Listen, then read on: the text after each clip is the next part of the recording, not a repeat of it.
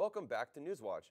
Ellensburg residents will soon notice new rotating green and white lights in the night sky above the water tower near the airport. No, those aren't UFO lights. They are Midstate Aviation's new rotating beacon lights.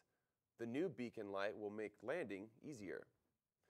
Midstate is currently without a rotating beacon light. While not required, the light beacon helps pilots out drastically to find the airport's runway after dark. Midstate Aviation's new beacon is set to be completed later in May. The Washington State liquor stores will be shutting their doors for good at the end of the month. Changes in state alcohol sales have been known for some time now. But what about the future of the state's employees? Mike Ramirez was on location to bring us more information on this hot subject.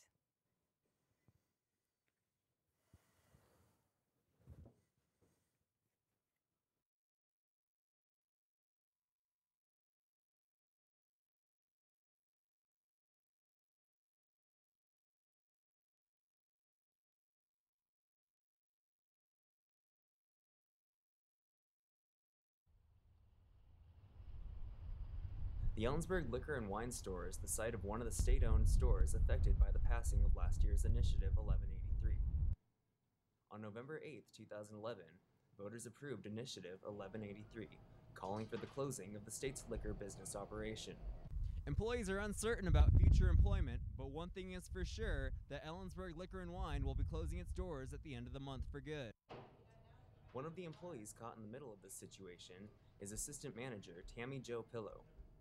Tammy Jo has been supplying Ellensburg residents for years, and with alcohol sales moving to grocery stores, customer service is sure to be affected. We will be closing our doors May 31st, so as of June 1st it will be in your grocery stores.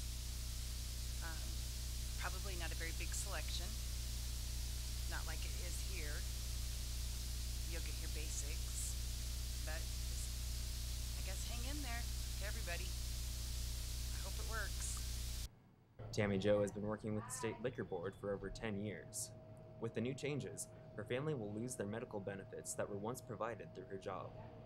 Other employees, like Gary Anderson, are more optimistic about the new policies. I think people will be a little disappointed how it works out, but the dust will all settle and it'll be about the same. I think the state will get the money they want. It'll be kind of tough on some of the people working here because they'll have to find another job. Some of them have quite a bit of time in the retirement system, so it's going to be difficult to stay with a state job. But I think all in all, it'll probably work out in the end. Now with the Ellensburg Liquor and Wine Store being privatized, employees are unsure about their futures. Reporting for Newswatch, I'm Mike Ramirez. As president of the National Association of Attorneys General Washington State, AG Rob McKenna is helping sound the alarm about the dangers of texting and driving. According to a national survey released May 1st by the Ad Council, 60% of young adult drivers 16 to 14 years old, 24, said they have texted while driving. McKenna and the National Highway Traffic Safety Administration revealed a new public service advertisement against texting and driving. The PSAs coincide with the first nationwide Stop the Text Day, as well as the start of the National Youth Traffic Safety Month. It turns out the fire last week on 12th and Delphine was an electrical fire caused by faulty installation, not arson.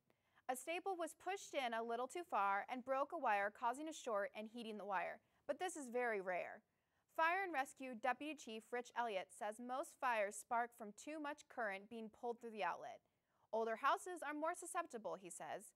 Elliott recommends checking the wires on your appliances for heat, as that could be a sign of faulty wiring. Also, to not use a multi-plug adapter, but if you must, use one with its own breaker. Elliott says to pay attention if you're tripping your breakers often or if your electronics aren't getting enough power.